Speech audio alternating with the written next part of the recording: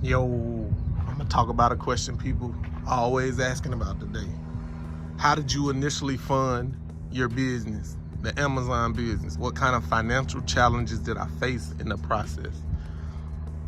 I'm gonna give you the keys on what I did to fund my business. Let's get into it, man. A lot of people worry about funding and all this type of stuff when they get business. First of all, I'm gonna give you a piece of game. You need to manage your life, your regular life, your salary, whatever money you make right now. You need to learn how to manage that before you can even think about managing the business. If you don't know how to manage your own money, your regular salary, pay rent, pay your car note, pay your food, if you can't manage your regular business, you do not need to get into business for yourself, like a real business where you got employees and payroll. Because this ain't no game. You can't miss payroll. These people gonna quit. You got people's lives in jeopardy in hands and food in their mouth. And if you come up short with the money, they're gonna be looking at you crazy and they gonna quit and you're gonna get fined and all the laws, rules, and the regulations. So first, you need to learn how to manage your own money and your own funds and mind your own business before you even thinking about it. You need to learn how to budget. You need to learn how to forecast. You need to learn how to have money stashed away for a rainy day. You just need to be a good steward of your money first before you even think about getting business. I suggest you study financial people. Dave Ramsey is a good person to start with the basics. I don't agree with everything, but to get a good base of how to manage money, Dave Ramsey. Y'all need to listen to Dave Ramsey. That's who I used in 2017 to really take my money and understanding the finances to the next level. It's people who still go broke every day. I witness it. They text me. You know what I mean? It's real. Like, I'm not saying no names, but I'm telling you, grown people don't know how to manage money still to this day. I see it every day. And they always making excuses. It's somebody else's fault why the money ain't dropped. Nah, it's your fault, but still. Let's get into it. Yeah, so managing money. How did I get it?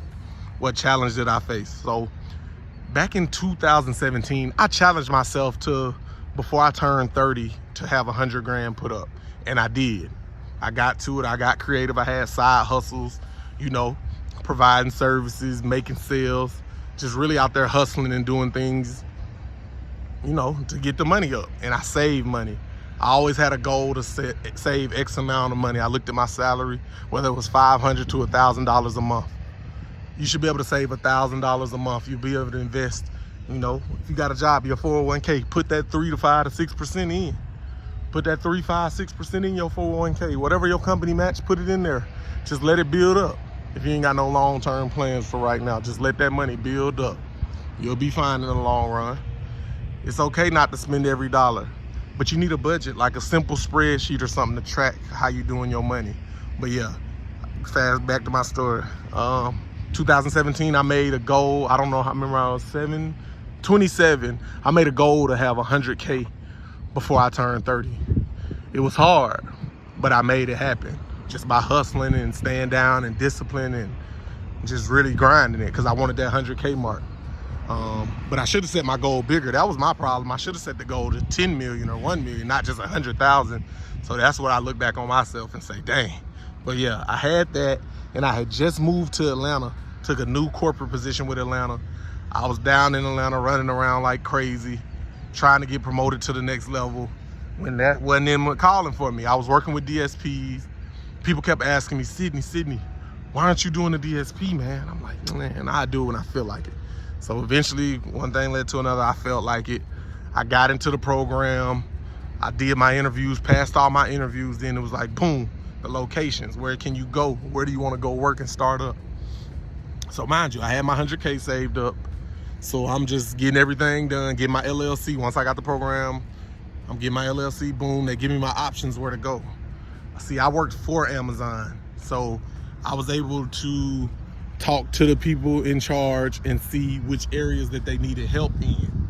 See, let's go back to problem solving and being solution oriented. Yeah, like I didn't want to move to Buffalo, New York. I wanted to stay in Atlanta or Florida or Texas or somewhere right there with the business. But the biggest need for help was in Buffalo, New York. So with my thinking, the biggest problems, you always get paid more. And they were offering grants and opportunities to help me move and start up. Mind you, I still had my 100K. So boom, starting a new business. They had me a few locations. I picked Buffalo ultimately because the cost of living was the cheapest. You got to think like that. The cost of living was cheap. So when you start a new business, you want to keep your costs low as possible. So I moved to Buffalo, and they had gave me some assistance and some grants. Mind you, I already had 100K of my own money stashed up. So yeah, that's how I initially funded my business. I got grants and I already had 100K because I always had the itch to do my own business thing. I just didn't know what, but this opportunity presented itself. So yeah, save 100K or save some money. Save you some money, learn how to manage your own money before you even think about saving a business. But some ways I would tell people, it's things you can do to get creative. You can get loans from family. Get a loan from a family member. People you trust, write down a business plan. Go to the bank, see if you can't get no funding. There's plenty of YouTube videos on how to get funding, credit cards, family funding, what else? Investors. If your pitch good enough, you can get investors, somebody, you can partner with somebody to get into it, get them funds up. It's no excuses. People think because they don't have the money, if you had a right idea and speak it to somebody, you can instantly become a millionaire. So don't let the money be the reason, but you definitely save you some money. Learn how to manage your money and save you some money, because if you don't know how to manage money, you definitely gonna be bad at running a business. So that's how I got my initial investment up for Amazon. I saved it pretty much the hard way, hustling and being creative and make sure you recognizing opportunities. But that's how I got it up. And also Amazon helped me, gave me a few grants and programs and things and whatnot. And I ain't looked back since. So yeah, that's how I initially got the fund and set up the Amazon. But there's plenty of methods out there, man. Contact me more for more mentorship opportunities. I can tell you a little more in person where to look at if you need help getting funded for a business of any type, things like that. There's money all around here. Don't listen to the news always talking about recessions and all this and all that. That's not true. It's simply not true. Either you see the glass half empty, or you see the glass half full, or you see it for what it is. It is what it is. But in my world, it's always opportunities. Make it happen. You in control of your own life. Don't let money limit you from acting on those ideas. And we come.